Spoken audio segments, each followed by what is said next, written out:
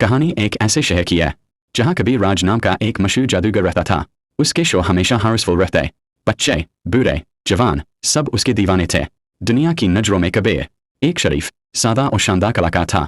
संगीत तेज होता रहे, लेकिन इस चमक दमक के पीछे एक अंधेरी सच्चाई छुपी थी। कबीर उसी शहर के सबसे बड़े ड्रग नेटवर्क का चेहरा बन चुका था। शहर में नशा फैलता जा रहा था और पुलिस पर दबाव बढ़ता जा रहा था।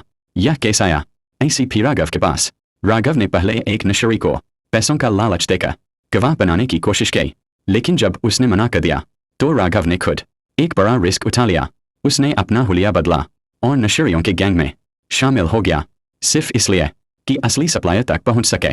कई दिनों के इंतजार के बाद वो रात आई जब सप्लायर खुद माल बेचने आया। संगीत सस्पेंस वाला। डील के दौरान राघव ने जानबूझकर उससे हाथ मिलाया ताकि फिंगरप्रिंट मिल सके, और तभी उसने उसे पकड़ने की कोशिश की, लेकिन सप्लायर झटका मारकर बाइक उठाता है और भाग निकलता है। पुलिस पीछा करती है और सप्लायर सीधे सर्कस ग्राउंड के अंदर गायब हो जाता है।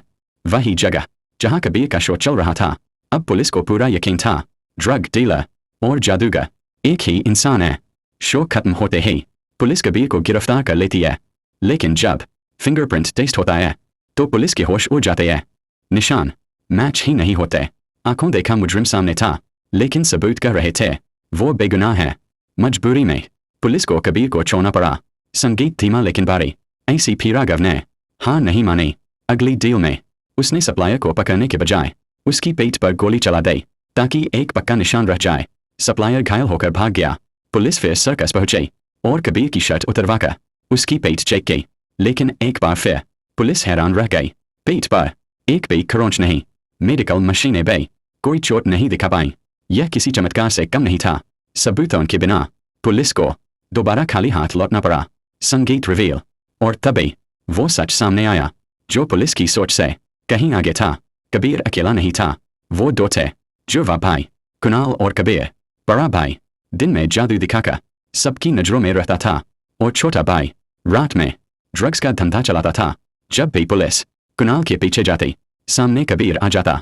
इसीलिए हर बार सबूत फेल हो जाते थे।